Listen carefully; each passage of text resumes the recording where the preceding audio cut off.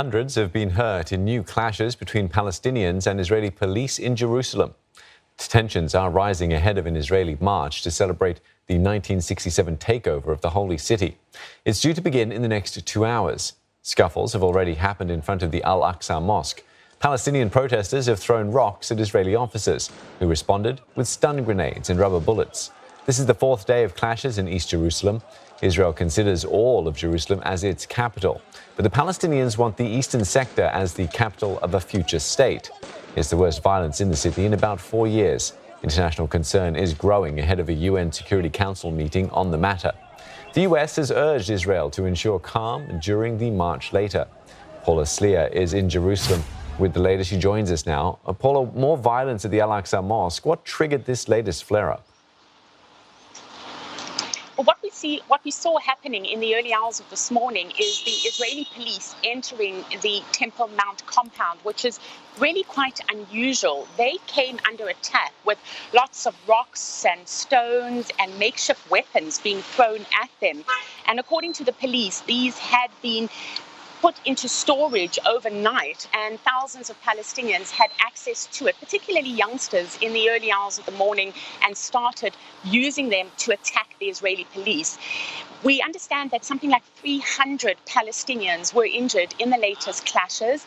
Some of them had to be hospitalized, and at the same time, 16 Israeli police were also injured. One was put in hospital.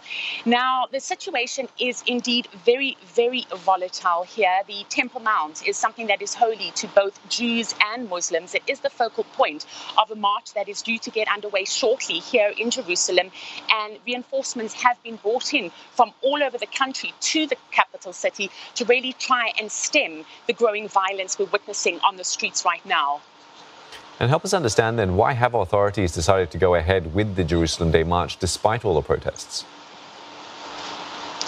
Well, there has been a lot of backwards and forwards between the Israeli security establishment and the Israeli political elite as to whether or not this march should happen. It was cancelled last year because of coronavirus, but it has happened every year just about since 1967, when Israel reunified, and this is the Israeli perspective, Jerusalem. They recaptured the eastern part of Jerusalem from Jordan, and they say that this is a commemoration, a celebration of that. And as such, they don't want to give into what they say is every Palestinian provocation, because if they don't hold the march this year, then they might be forced to cancel another incident. So they want to show, and this is the Israeli perspective again, that they are in control of the situation.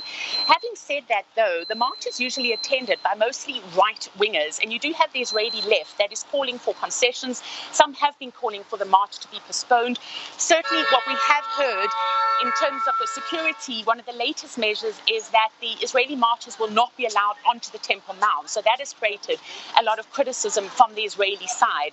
I am here in Jerusalem, where I can already see now groups of, it looks mostly young Israelis with flags making their way to the starting point of the march. Now, the march will go through Arab East Jerusalem. It will go through Damascus Gate, and from there the marchers will make their way to the Wailing Wall, the holiest site for Judaism. That is likely to be a provocation. So all the army reinforcements, all the police and the soldiers are all positioned there to try and deal with the situation. But certainly the mood on the ground is very, very tense. And I do anticipate, as do others, that we will be looking at a flare-up in violence as the day progresses. Well, thank you for getting us up to speed with that. Paula Slier speaking to us from Jerusalem.